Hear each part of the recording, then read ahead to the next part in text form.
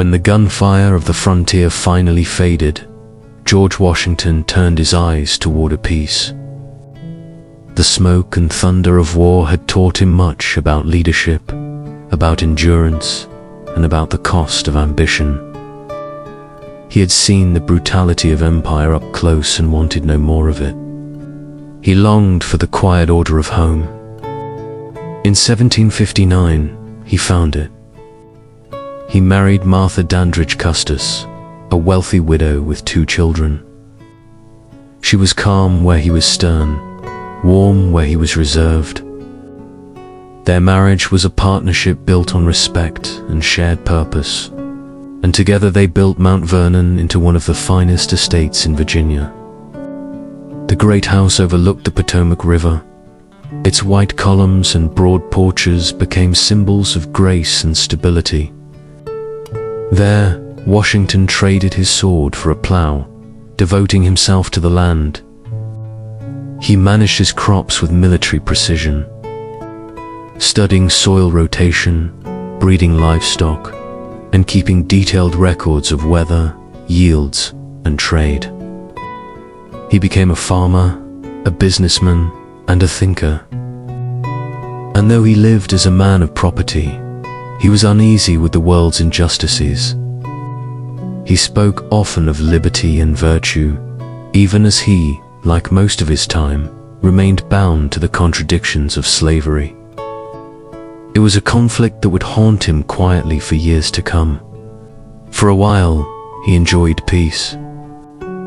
The rhythm of the seasons became his music, planting in spring, harvesting in autumn.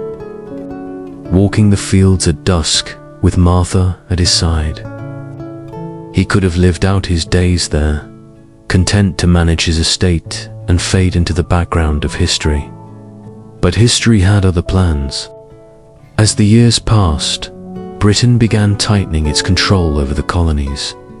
New taxes, new restrictions, old arrogance. The Stamp Act, the Townshend Acts, the Tea Act. Each new decree reminded Washington and men like him of the disdain he had once seen in British officers' eyes. He was no radical. He was, by nature, cautious and deliberate. But injustice has a way of stirring even the calmest hearts. In the Virginia House of Burgesses, Washington stood among men who would soon become revolutionaries: Jefferson, Henry, Mason. They spoke of rights and liberty, of Parliament's overreach, and of the growing sense that America's destiny could no longer be chained to the crown. Washington listened more than he spoke. But when he did speak, his words carried weight. He believed in duty, in self-control, in the rule of law. Yet he also believed that liberty was not a privilege, but a birthright. By the early 1770s, tension was rising like a storm over the Atlantic. Protests turned to riots. Boycotts spread through towns and ports.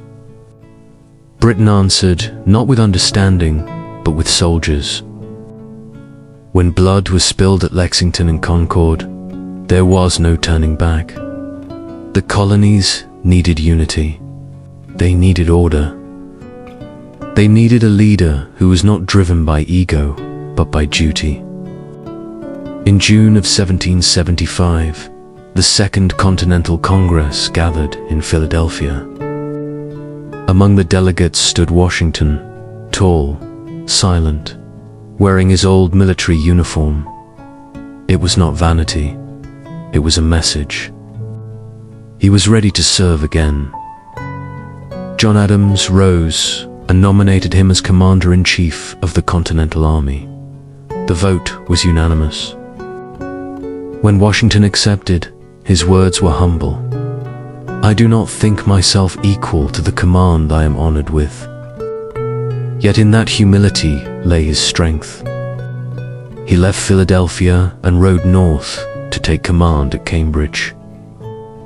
There, he found a disorganized militia of farmers and volunteers, brave but undisciplined, underfed, and poorly armed. Facing them was the world's greatest military force, the British Empire. Washington knew the odds, but he also knew the cause was just. He wrote to Congress, warning them that the road would be long and filled with sacrifice. Yet, he never faltered. His belief in the power of perseverance, and the virtue of holding firm when others waver, would soon transform those ragged militias into an army. That summer, under the hot New England sun, George Washington's transformation was complete. The farmer became a general once again. The servant of a king became the defender of a nation still waiting to be born. As he stood before his new army, he must have felt the weight of what lay ahead: hunger, winter, defeat, doubt. But he also knew something deeper, that freedom, once awakened, could not easily be silenced. The revolution had found its leader. And though he did not seek glory, history had chosen him all the same.